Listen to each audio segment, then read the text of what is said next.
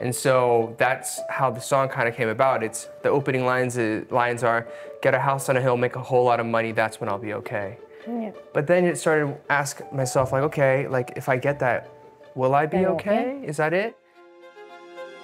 It's ups and downs of like, are we doing this right? Yeah. That's the hard thing about entrepreneurship. Yeah. Like, you put your best foot forward, you put your best effort forward, and you do the best you can at making things work. But so much of it also timing. It's luck. Yeah. Having the ability to pursue and do a job or a career that you really like or you feel passionate about. Yeah. And having people in your life that you love and knowing that you are loved. Yeah. If you have those things, like, what else do you really need?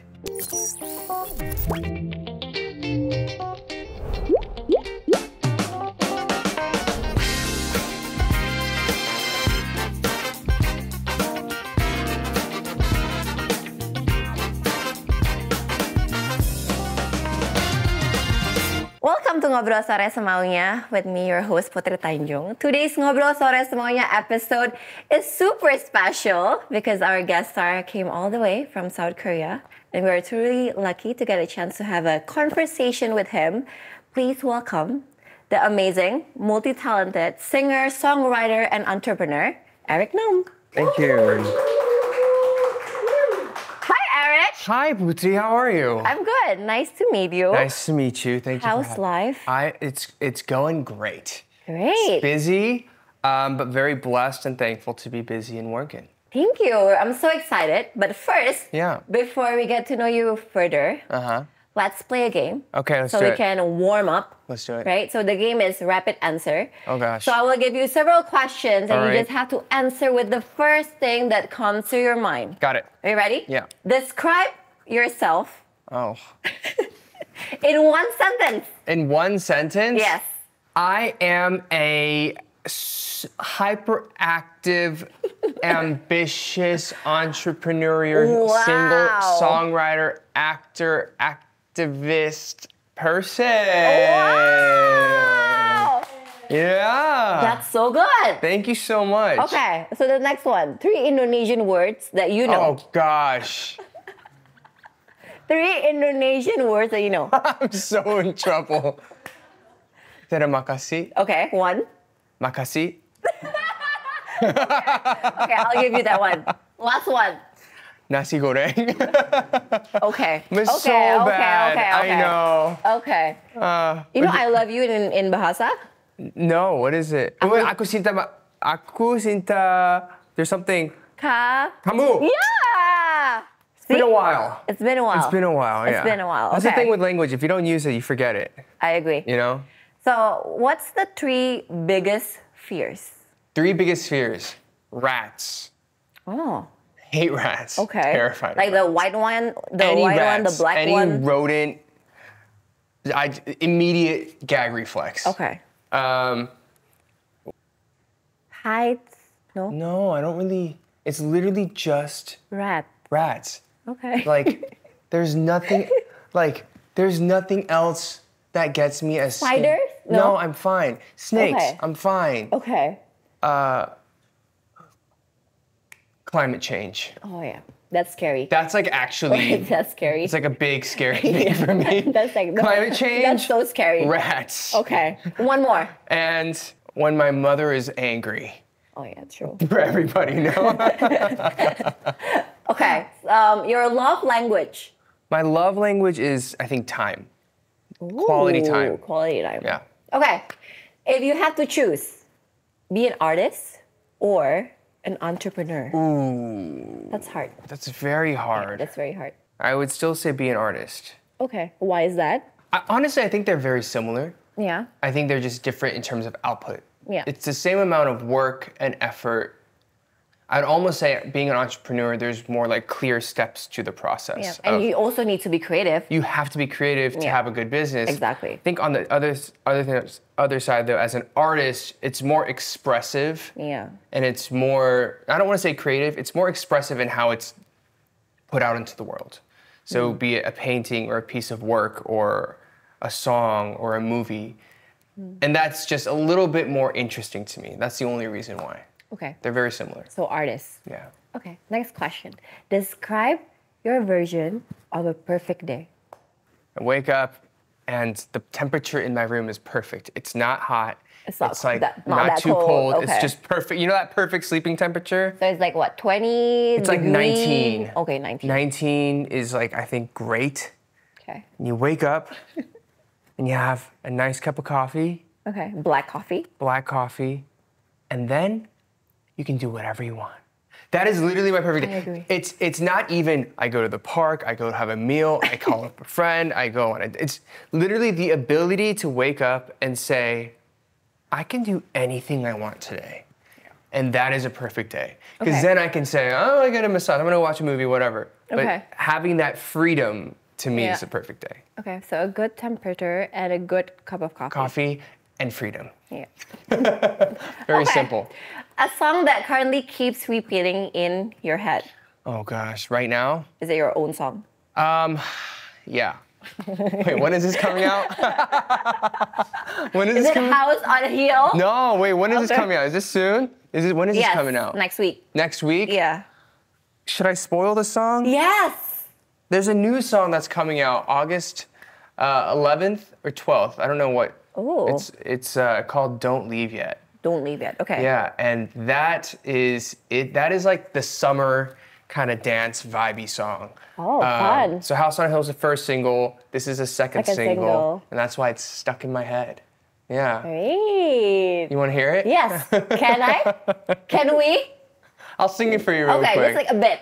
If I remember the lyrics, this always happens. You don't need to leave it, 'cause there's a reason.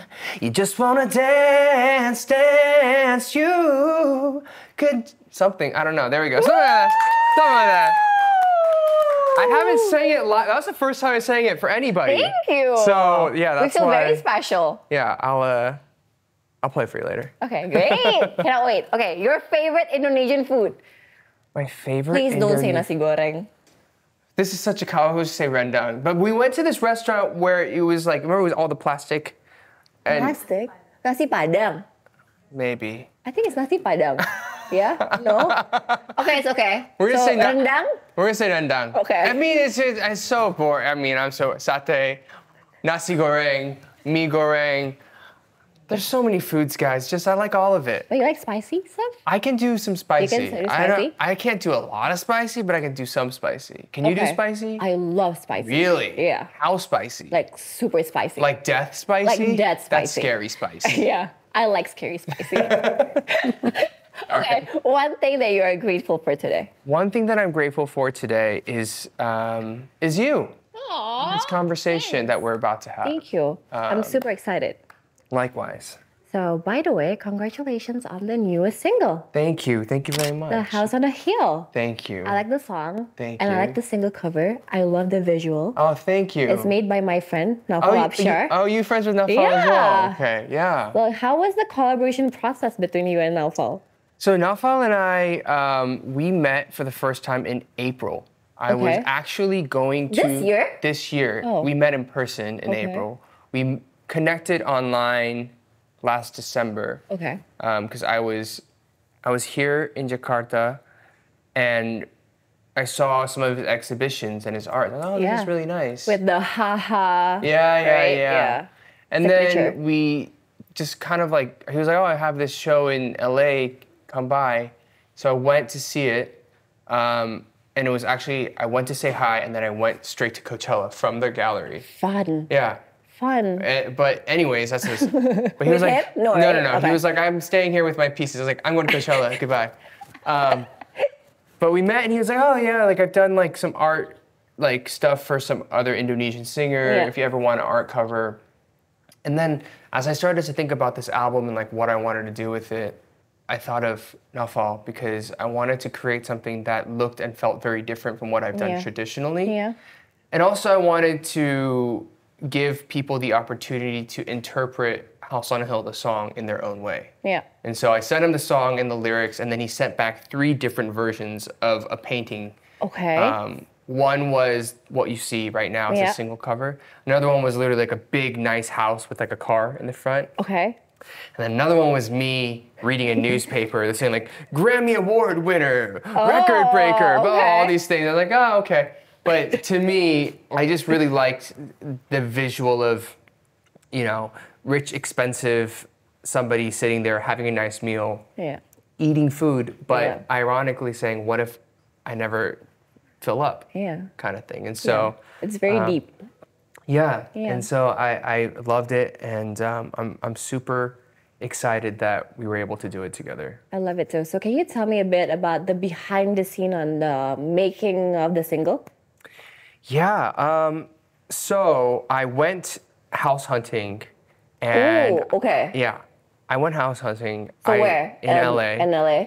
I still do not have my own place. Soon. I don't know. We'll see. What happened was I saw this house. When I have free time, I like to just look at houses because it's calming. It's calming, it's soothing, and then it's always, I feel like it's so interesting to see how people design their homes and all that stuff. So I had like a random few hours off, so I went to go look at this house, and it was beautiful. It was amazing. It was like the dream house. Okay. The only problem is, it was on this massive hill. And I mean, it's like this.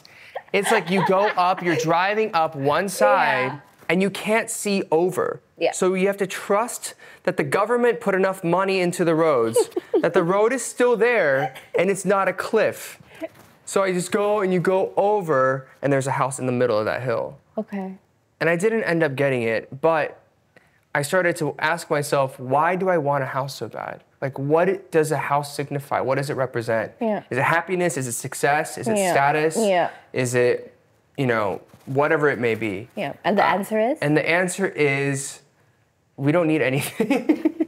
I think what it is it came down when we sat in the studio to write a song. Like, what do you want to talk about? It's like, I think the house to me represents happiness, or sort of like success, or having a thing of my own. But I also think you can find that in so many other things. You don't necessarily need to have a house for that. It's just that we were told from a young age that when you make it, you have a house of your own. And so that's how the song kind of came about. It's the opening lines are, get a house on a hill, make a whole lot of money, that's when I'll be okay. But then it started to ask myself, like, okay, like if I get that, will I be okay? Is that it? And so that's what kind of inspired the conversation of the song, but also the entire album. Everything that's coming in the album is kind of about, what does it mean to exist? What does it mean to be happy? What does it mean to feel fulfilled? And that's Well, I think that's the question that we ask all the time, right? Yeah. You know the answer now? Like, do you know? No. No, right? I think the only thing that I've come down to, that I've kind of settled on, is having the ability to pursue and do a job or a career that you really like or you feel passionate about. And having people in your life that you love, and knowing that you are loved. If you have those things, like, what else do you really need? You know, I've been having conversations with friends who are, by my measures of standards, more successful than I am, who are financially better off, who have made flashier headlines, or you know, done more.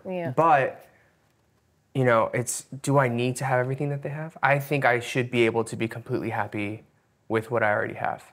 And that's not to say be lazy, and I can still be ambitious, but I don't need to feel that external pressure to be like, am I doing enough? That kind of thing. I think contentness and, you know, being peaceful, you know, with yourself, I think it's the hardest thing. It's very hard. Right? Yeah. Our loudest critic is ourself. And you start comparing yourself to other people and other people's achievement, you know. On that note, I want to give you this. Aw, thanks. This is the new album. It is not out yet, which is full of the songs that I'm telling you about. Thank you. So let's talk about the album. So what do you hope for this album? What do I hope for this album? I hope people just listen to it. And I hope people enjoy it. I think it's like 7 different songs that are very different. From House on a Hill, which is kind of easy listening, to Don't Leave Yet, which is more of a dance song. And then we have the title song for the album, which is Only for a Moment, which is co-written by, do you know this group named Han? Yes. Yeah, so Han and I, we wrote it together. You hear their voice at the very top of the song. And I went to their concert. Oh, you did? Yeah, 2 weeks ago. Oh, wait. Oh, yeah, they were here a few ago. weeks. Yeah. So we wrote a song together. That's that, and then, but it's all exciting. It's Only for a Moment. Yeah, and then there's another group, Oh Wonder. They're British, and we wrote a song called I Wish I Wasn't Me. And then we have another song called Exist. So it's all very thoughtful, I think. Yeah. Thought-provoking songs. And then we were like, how do we make this into the coolest project ever? Is instead of just doing one music video, we decided to shoot 4 music videos, but then tie it all together in the form of a short film. So genius. Thank you. We tried really hard. So it's a lot more effort and thought. It's the most thought and effort that I've put into a single album in my career, I think. And so super excited. Just knowing that for people who are fans, we worked really hard on it. Please listen to it. We're super excited. Congratulations. Yeah, thank you so much. Thank you.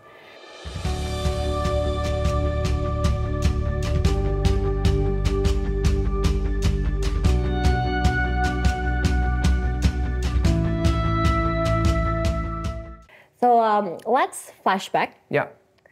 You were born in the US. Yeah.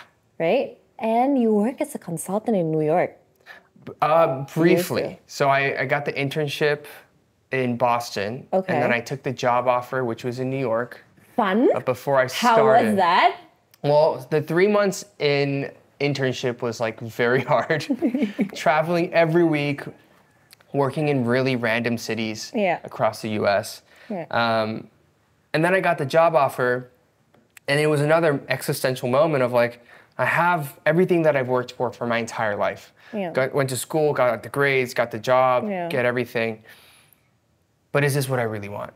Yeah. And I wasn't sure, so I said, I will sign, but can I have 1 year off before I start? And they said, okay, but what are you gonna do? So I applied to some fellowships. I got one that takes me to India. So I was in Hyderabad, India, working on a social enterprise kind of thing. And it was while I was there, a Korean TV show saw my YouTube video and said, hey, would you like to come to Korea for a music program? Oh, so that's how it all happened, yeah. Oh, okay. So I never actually started full-time work as a consultant. It was just internship and the job offer.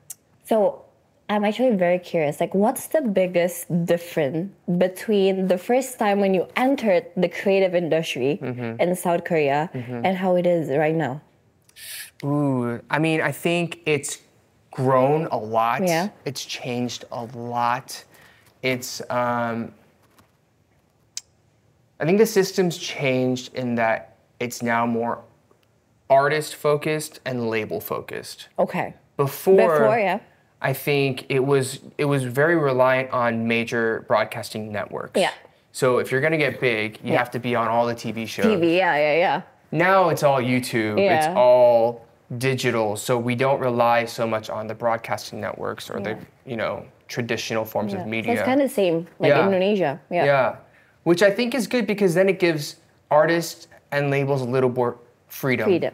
I also think, this is a generalization, but I feel like labels have matured and they've gotten better. I think there was a point where the perception was that labels were so controlling over everything. And I think there are aspects of it where labels will take care of a lot of aspects of our lives, but now there's a lot more conversation to be had and a lot more freedom within that relationship as well, and respect between that relationship. And I think artists can be more authentic, right? Exactly. Nowadays. I think that's the most important thing. If you want to relate to the audience and stuff like that, you still need to be very authentic. And I think that's the thing. It's like when you take that traditional TV out and then you have labels and artists who are working closer together, then there's more authenticity. So from your point of view, right, because you used to live in the US, why do you think the Korean music industry is dominating the world now? I think the Korean music industry dominates because obviously the music is very catchy, but beyond the music, it's the performances and the visuals. Because I think the visuals play a huge part. I think because we live in such a digital world, right? Where we're stuck to our phones and screens. Yeah. We are looking All at the things time. all the time. All the time. Yeah.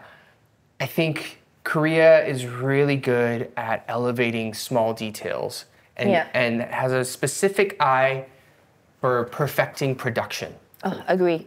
And that's what, people look at and like, wow, that looks so cool. Wow, that dance is so cool. That outfit is so cool. Yeah. And that's what's really elevating the entire scene and is resonating with people around the world. And sometimes there's a lot of Easter eggs, right? Yeah, so it's like... it's fun. Yeah, it's fun. They, build universes around groups. Yes. Right? So every group has their own Storytelling, storyline. They have their own universe, their own worlds of whatever. And so I think that plays a big role in it as well. Yeah, it's very inspiring for us too. So we all know, besides you being a soloist, you're also a podcast host. Yeah. Which I think I need to, learn more from you. You're doing great. And you're the co-founders as well, the creative director of Dive Studios. Which, fun fact, Dive Studios is actually a very inspirational platform for us as well. Oh, really? Yeah. Thank you so much. You inspire CXO Media. Oh, thank you. I feel so honored. So can you tell us a bit about Dive Studios and what is the vision of Dive Studios? What was the reason you created Dive Studios? Yeah. Dive Studios honestly kind of started, I don't think we really realized what we were doing. Yeah. We were just like, okay, let's try a podcast. Nobody's really done podcasts, but it's getting really big. Yeah.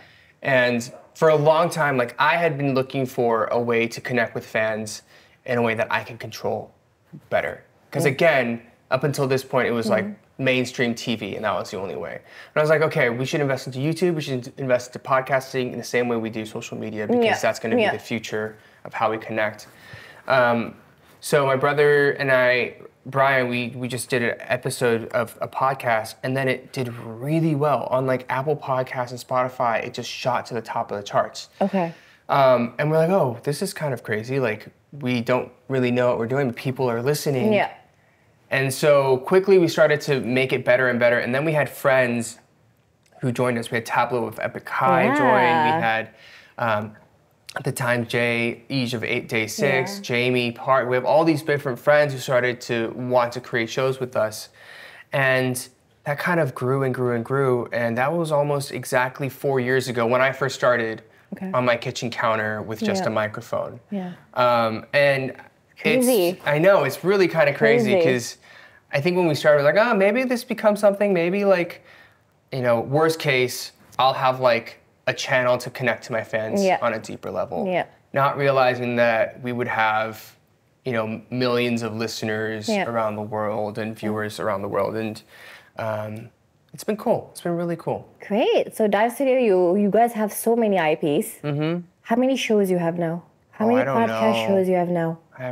On air we have I think we have 3 or 4 right now, but we probably have I think you have more than 10. 16, 18 different IPs. Great. I think, yeah. If I may know, what's the creative strategy behind creating multiple IPs podcasts? And is there any connecting line between all of the IPs at Dive Studios, or? I don't think there's a connecting line. I think for us, we try to find, we're more interested in the hosts who are really passionate about owning their own show. Yeah. About saying, this is my show that I want to put time and effort into. And building that. And then once we identify certain people who are we really want to do something with Dive Studios, then we say, okay, what's a concept? What's your interest? So that we can make sure that you feel passionate about it moving forward. Yeah. Because I think everybody's been in situations where we have to do something and we never want to do it. And we're we don't want this to feel like work. Yeah. So that's why Tableau's is just Tableau. It's just him. Yeah. Everything about it. Yeah. And that's... You just had a concert here. Yes. With us. Oh, with you guys. Yeah. Okay. With CXO. Nice. How'd it go? It was fun. They put on a good show. Yeah. It was very fun and very entertaining. Okay. Yeah. They put on a great show. Yeah. But yeah, so it's more just what do the hosts want to do? And then we have special shows like Whiting, Yeah. stuff like that, which is just, let's just get everybody together and have a good time. Yeah. At the end of the day, we want to have fun, and I think us having fun It's the most important translates- thing, right? Yeah, and then that translates to viewers Yeah. who are like, oh, they're having fun, this is fun to watch. And that's Yeah. probably I the agree. most important. So, you know, the podcast ecosystem in Indonesia is currently actually buzzing. Okay. There's a lot of good and high quality podcasts in Okay. Indonesia. Like this. Thank you. Look at Hopefully. this. Look at this set. It's beautiful. So, in your perspective, do you think the podcast industry will be sustainable? Or like, what do you think will happen next? What will happen to it? Well, Like, what's the next version of podcast? I think it's already happened. I just Yeah. don't think people really talk about it in this way. It's like, I think podcast, when you first think about it, is it's an audio-only platform Yeah. for audio streaming. Yeah. In reality, it's just become talk shows on talk YouTube. shows, yeah. You know? Yeah. And that's what it's become, which is great. But I think Spotify is still testing video. Some of the podcasts have video. Yeah. I wouldn't be surprised if, let's say, Apple Podcast starts to roll out video as well. Videos, yeah. And I think, again, as we continue to live our lives digitally, so much of what we do, people want and need a visual component. People don't mind reading subtitles. They don't mind looking at something very simple as just two Yeah. people talking. Yeah. They just like to focus their energy. So it's not as passive listening as it used to be. Yeah, I agree. What does that look like monetization wise? That I don't know, because Okay. it's always challenging. I think if it's like, this is an Indonesia only podcast, then there's like a market for Indonesia local branding and advertising. Yeah. If it's a US only English topic podcast, like let's say a political one, Yeah. those have very clear niche markets. Yeah. When it comes to something like Dive, what people have a hard time understanding, advertisers, and we're only now starting to see, oh, there's value in reaching K-pop audiences Yeah. because they're so global, they're so powerful, and they will actually like show passion for what they love. Yeah. But it's taken us 4 years to get to this point when we talk to brands and say, if you're hitting K-pop, you're hitting people who are trendy, Yeah. who are digitally Yeah. savvy, who are in the know and young and energetic, and that's where brands are attracted to. But up until this point, it was like, we don't know how to categorize you. Yeah. We don't know where we take the budget from to allocate it. Yeah. So that was always like a very tricky part. Because now advertising, they want it to be very focused, right? Very niche. Yeah. And they want conversion. They don't want only engagement and Right. awareness, you know. Well, I don't know what it's like in Indonesia, but for example, in the U.S., from what I understand, it's like they segment things out. So it's there's the Asian American budget. There is the Latinx budget. There is a Black African American budget. There's a white budget. Like, they kind of do it by race and then age instead of general interest. Whereas I think general interest is the one thing that connects us all, because we can be very different. We can be different age, gender, nationality, whatever, but we can still love The same things. the same things. Yeah. We could still be all watching K-pop, whatever, or whatever that interest may be. So to me, I think that's a more powerful way to market, and hopefully podcast advertisers pick up on that. So as an entrepreneur, do you think, have you cracked like the business model, the right business For model? podcasting? For like Dive Studios? I think we're still working on it. Yeah. I don't think we've fully cracked it. We're still building it. And it's a how do we say this? It's a challenge on a daily basis. You know? I agree. I think that's it's the fun part, right? It's the fun part. It's the fun part. It's also stressful, I will say. Yeah. Because we have, it's ups and downs of like, are we doing this right? That's the hard thing about entrepreneurship. Like, you put your best foot forward, you put your best effort forward, and you do the best you can at making things work. But so much of it also timing. It's luck. It's just like random luck play like a thing. huge factor. Yeah. And so I think for us, I have to give a lot of credit to my brother Brian, who's a CEO, because he's so good at just really looking not only at the right now, but into the future and saying, these are the decisions that we need to make now so that we're healthy financially moving forward. End of the day, we're still a very young, scrappy startup with a very lean team, and it's without the passion of our incredible team and then also our community of listeners and followers, like we wouldn't be able to do anything. So.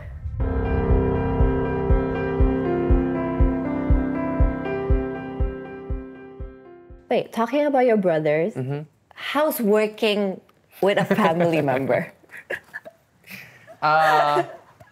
So What's the biggest challenge? So I have two brothers, Okay. Brian and Eddie. Eddie's 2 years younger. He is my manager, as well as a manager for Epic High. Okay. And Jamie Miller, who's also a singer-songwriter, and some producers. And then Brian is the CEO of Dive Studios and Mindset. The hardest part is that, where to start? Because I'm working with my father, right? Oh yeah. So you can imagine. Yeah. Yeah. That we love you, Dad. We love you, Dad. You're the best. Yes. I think it's like, we can argue. We can definitely have arguments. Of course. We can have our battles. But I think at the end of the day, we have these arguments because we believe it is in the best interest of not only the company as a whole, but also of each other. Yeah. Like we wouldn't be fighting for what we believe is right. Yeah. And I think if the moment that we're just like whatever, passive, is the moment that you're like, oh no, this is trouble. Yeah. So I'm glad that we fight. Yeah. The other good thing is there's 3 of us. So if there's a fight, there's always one person that's wrong. It's always 2 versus 1. It's either all 3 are in agreement or there's one person that's not in agreement. Okay. And at that point, it's just like a voting situation of, look, like 1, 2, 3. One of us is wrong, this is the vote, and this is what we are gonna decide to do. And we've come to terms with that very early. And that's good.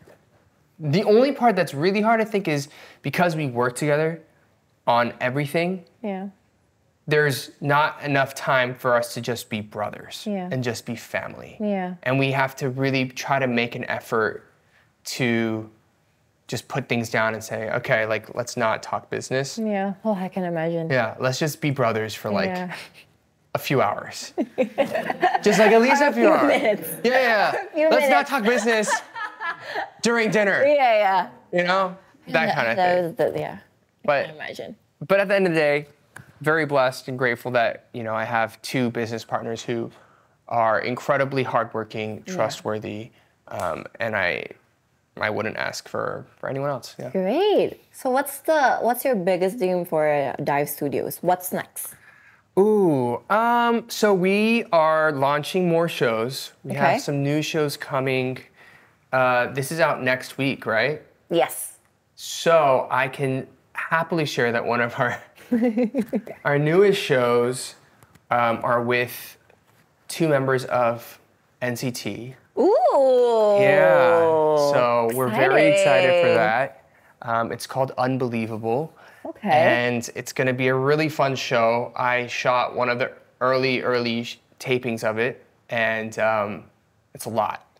So you're very busy, right? So wait, from Dive Studio, you have this app called Mindset. Oh yeah.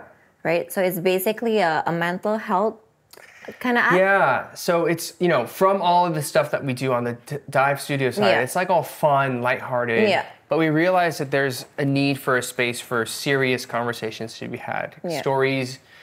Storytelling about not only the great things in life, but also the lows and the difficulties in life. I agree, because that's very important too. Yeah, absolutely. And so for us, it's about normalizing conversations of difficulty, of struggle, and that could be emotional, mental health, wellness. Yeah. So we have a community of listeners and artists where we talk about things from like anxiety to depression to bipolar disorder. Yeah. And it's all on an app, and we've partnered with some great nonprofits to make as much of that as free as possible. Great. And we're doing events around, particularly the US at colleges, to talk about and encourage these conversations. So we have a ton of art. We have 17, Icon, G-Idol, and then American artists such as Summer Walker, Julia Michaels, Amine, and just really great people sharing their life stories. So that's what we do with Mindset. So it's all kind of in one bubble ecosystem. Great, because now in Indonesia, we actually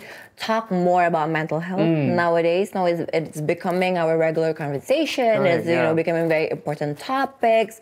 So is it the same in South Korea as well? Are they now more open to talk about mental health and mental well-being? I think it's taken a long time. I think it's been the past few years now where we see artists saying, hey, I'm having a hard time, or hey, I'm going to take a break from my mental health. Yeah. It's very new. Yeah. It's very new. And I think there are a few TV shows that are now talking about mental health. And so it is still new. I think there's a lot of improvement to be made. Yeah. But I'm glad that the industry is generally trending towards that direction. Yeah, I totally having agree those conversations. Yeah.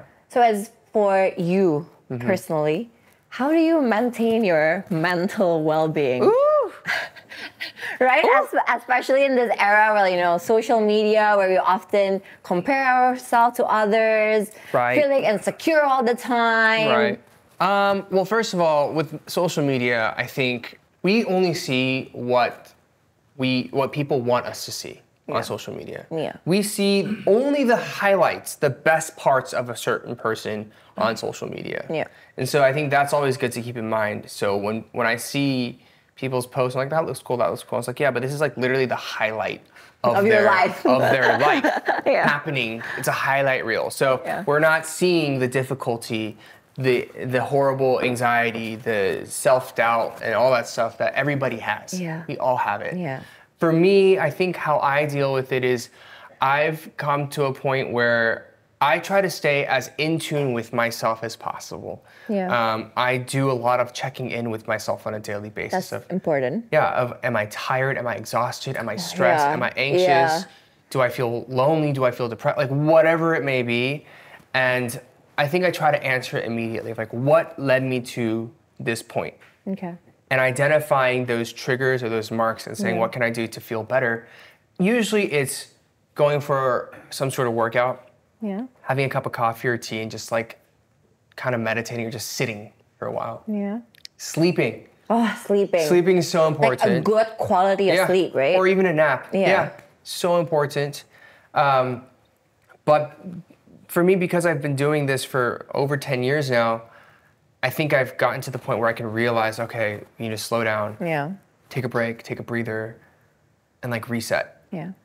And that's actually really helped very important. in finding mental balance, I guess. And sometimes it's okay to slow down. It's okay to stop. Yeah. Right? It's scary. It's scary. I mean, I'm sure you've felt that as well, right? Like on a daily basis. Yeah. But like for me, it's like there's something about momentum, right? Yeah. When there's momentum, you're like just gotta push through and do everything. Yeah. But sometimes you have to pull the brakes to be like, okay. It's okay, guys. Sometimes it's okay. So this is it's going to be our last two questions. Okay. Right?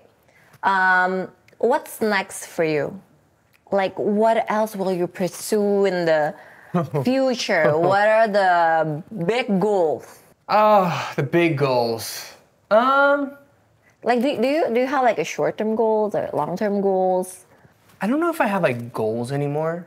Interesting. I think I have general things that I want to do or I want to try. Yeah. Okay. And I think goal setting is great, but for me, I think I realized that setting goals is sometimes too stressful. And it sets me up for failure. I agree. Or a sense of failure. Even if it's not failure. Yeah. It's like, oh, I didn't get, let's say, a Grammy. Yeah. Am I a failure? Yeah. I mean, No. technically, like, if you're like this, getting it is winning. And but like, because you was too focused and you set your mind to one. It's a very like too like polarizing way of thinking about it. Whereas I think the kinder way to think about it is like, I would love to get to that point and I'm just gonna go as far as I can. Yeah. And so that's kind of how I've started to change all of my thinking of, I wanna do music the best I can and put out the best music and find self-fulfillment in that and not put it on. That's actually a great mindset. Yeah, thank you. That's what so musically, just keep doing that. I think hopefully I can do more stuff in acting and writing and producing for film and TV. Great. Dive Studios and Mindset, continue to grow that. And more than anything, just like be happy and like all that. Short term, I'm going on tour. I'm doing like 80 shows around the world. Great. So that's like when? the short. We start in September.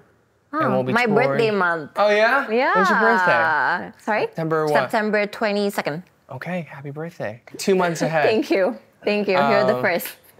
I'm honored to be the first. Thanks.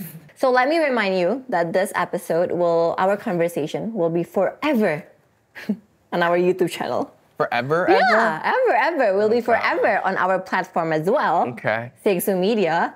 Okay. And we have one signature questions that we ask every single one of our guests. Okay. So you better be good.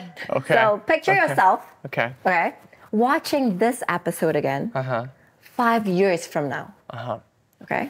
What would the present Eric Nam now would like to say to yourself that is watching 5 years from now? Okay, so a note to my future self. Yeah, 5 years from now. Well, Eric, I hope that you're happy. Still. And I hope that you are still grounded and working hard and you haven't lost the spark or ambition or the energy that you have and you have always had.